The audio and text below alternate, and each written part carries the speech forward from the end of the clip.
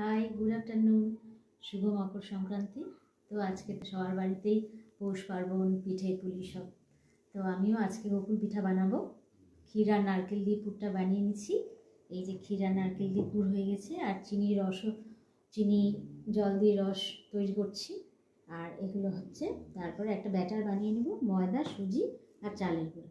তারপরে ওটাকে 10 মিনিট রেখে দেবো ব্যাটারটাকে। তারপরে ডুবিয়ে এগুলো ভেজে চিনির রসে ফেলবো। ওকে, এটা হয়ে গেলে তোমাদের আমি আবার দেখাবো কেমন করে হলো গোকুল পিঠে। খুবই ভালো লাগে খেতে, আমারও খুব ভালো লাগে।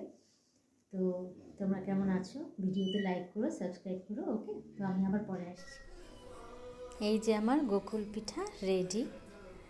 তো এখন আমি সন্ধ্যা দিব, তারপরে একটু খাবো। মেয়ে টিউশনে গেছে, এসে দেবো ওকে। তারপর এখন মা আর আমি খাবো চা দিয়ে। ওকে, কেমন হয়েছে বলো তো, দেখতে কেমন হয়েছে বলো। তো পিঠা তো হয়ে গেল, খাওয়া হয়ে গেল, মেয়ে এখন এসে খেলো, ভালোই হয়েছে। আর আরও বানাবো কিছু, আজকে আর বানাবো না, অন্যদিন বানাবো। আজকে তো গোকুল পিঠা বানালাম, মালপোয়া অল্প করেছি, অন্যদিন পাটিসাপটা করবো, দুধ পুলি করবো। এই তো পৌষ পার্বণ আর কি শেষই হয়ে গেল। তো তোমরা ভালো থেকো, আমার ভিডিওতে লাইক করো, কমেন্ট করো। একটু কম আসছে, সাবস্ক্রাইবারও হচ্ছে না ঠিক করে। তো ভালো থেকো তোমরা, পরে আসবো।